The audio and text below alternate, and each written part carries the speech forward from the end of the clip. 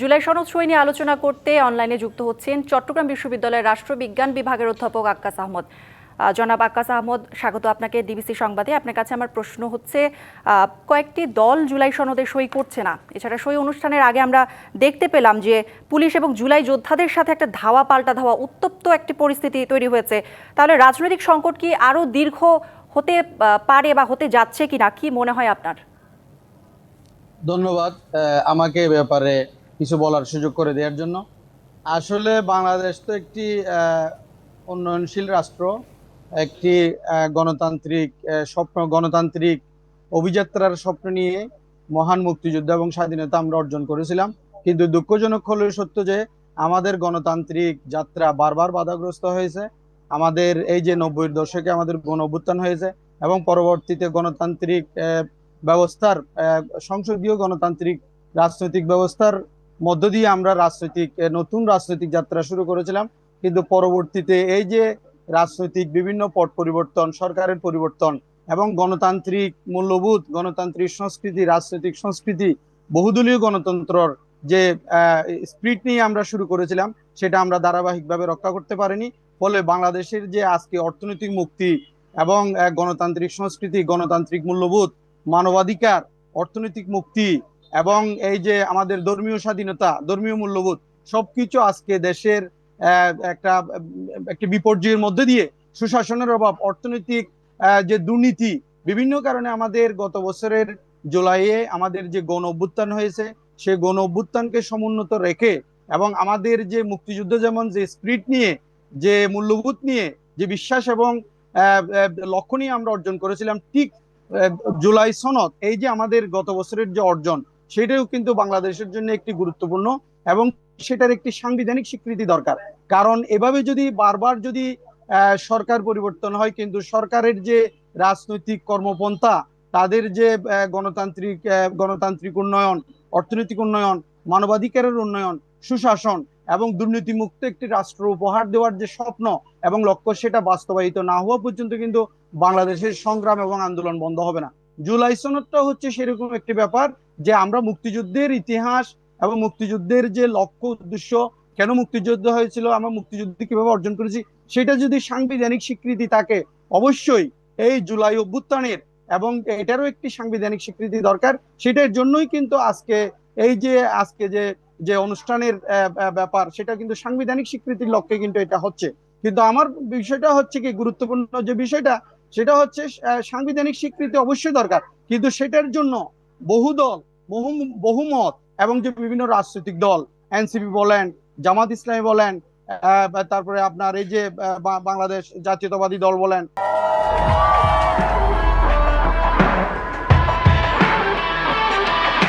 এবং আরো অন্যান্য যে ক্ষুদ্র রাজনৈতিক দলগুলো আছে, তাদের সবাইকে নিয়ে এখানে কিন্তু জুলাই সনদের স্বাক্ষরটি করতে হবে, যাতে কেউ বলতে না পারে যে আমার বক্তব্য নেওয়া হয়নি, আমার অভিমত নেওয়া হয়নি, আমাদের যে লক্ষ্য উদ্দেশ্য সেটা কিন্তু সাংবিধানিক স্বীকৃতি আসেনি, সেটা যাতে কেউ বলতে না পারে, সেজন্য সবাইকে নিয়ে কাজ করতে হবে। এখন এনসিপি যে বিষয়গুলো নিয়ে আন্দোলন করতেছে, সেই বিষয়গুলোকে সিরিয়াসলি দেখা দরকার এবং সেগুলো ঐকমত্য কমিশন তাদেরকে নিয়ে তাদের সাথে বসা দরকার, যাতে কোনো ধরনের কোনো গ্যাপ না থাকে, কোনো পক্ষ যাতে বলতে না পারে যে আমরা এত কষ্ট করলাম, আমরা ত্যাগ তিতিক্ষা করলাম, আমাদের জীবনের বিনিময়ে আমরা একটি নতুন রাষ্ট্র, নতুন সংবিধান উপহার দিতে যাচ্ছি, একটি নতুন রাজনৈতিক কাঠামো আমরা উপহার দিতে যাচ্ছি। এই যে দেশের সাংবিধানিক সংস্কার, রাজনৈতিক দল সংস্কার, বিচার বিভাগের সংস্কার, আইন বিভাগের সংস্কার, প্রশাসনের সংস্কার, আইন শৃঙ্খলা বাহিনীতে সংস্কার, সেনাবাহিনীতে সংস্কার, প্রত্যেকটি জায়গায় রাজনৈতিক ব্যবস্থার প্রত্যেকটি প্রতিষ্ঠানে যে সংস্কার দরকার এবং সংবিধানের সংশোধনী দরকার, সেটার জন্যই কিন্তু এই আন্দোলন, যাতে এই আন্দোলন সবাইকে, সবার মতামতকে, মূল্যবোধকে, তাদের রাজনৈতিক প্রোপাগান্ডাকে যাতে, কর্মসূচিকে যাতে অন্তর্ভুক্ত করা হয় এবং একটি অন্তর্ভুক্তিমূলক সমাজ ব্যবস্থা, যে একটি বহুদলীয় গণতন্ত্র, আকাশ আহমদ, যেখানে আরেকটু সবার জানতে চাই যে ঐকমত্য কমিশন বলছে পরেও জুলাই সনদে সই করা যাবে বা সেই সুযোগ থাকছে, সামগ্রিকভাবে বিষয়টি আসলে কোথায় গিয়ে দাঁড়াবে, আপনি কিভাবে সেটাকে কিভাবে বিশ্লেষণ করবেন? আসলে দেখেন, বাংলাদেশ তো হচ্ছে যে এখানে এটা যে এটা হচ্ছে যে, তো এটা অবশ্যই জুলাই সনদের স্বাক্ষর অনুষ্ঠান হবে। আজকে হবে কি হবে না সেটা আমি বলতে পারবো না, সেটা হচ্ছে এখন না হলে, আজকে না হলে, সেটা পরবর্তী ঐকমত্য কমিশন সেটা একটি আলোচনা সভা ডেকে, একটা অনুষ্ঠান ডেকে, সবার সাথে সব রাজনৈতিক দলকে ডেকে, এই যে এনসিপি বলেন, বাংলাদেশ জাতীয়তাবাদী বলেন, জামাত ইসলামী বলেন, ইসলামী ঐক্যজোট বলেন, বা ইসলামী শাসনতন্ত্র আন্দোলন বলেন, গণপরিষদ বলেন, এবি পার্টি বলেন, জাসদ বলেন, সমস্ত রাজনৈতিক দল যারা যারা আছে বাংলাদেশের, যারা স্টেক হোল্ডার,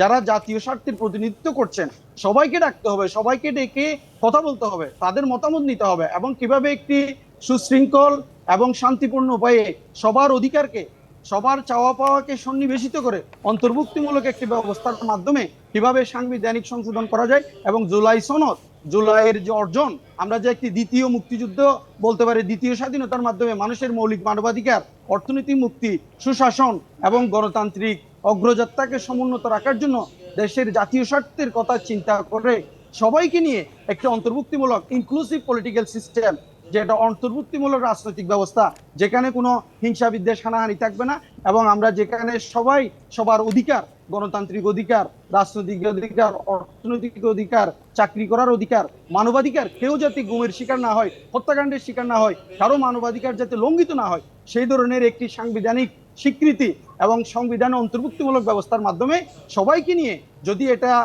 বসা যায়, তাহলে এটার আমার মনে হয় যে এটা একটা দীর্ঘমেয়াদী সমস্যার সমাধান হবে, এবং যাতে কোনো ভবিষ্যতে যাতে কোনো জি অগণতান্ত্রিক আক্কাস আহমদ, আপনাকে অসংখ্য ধন্যবাদ আমাদের সাথে যুক্ত হওয়ার জন্য।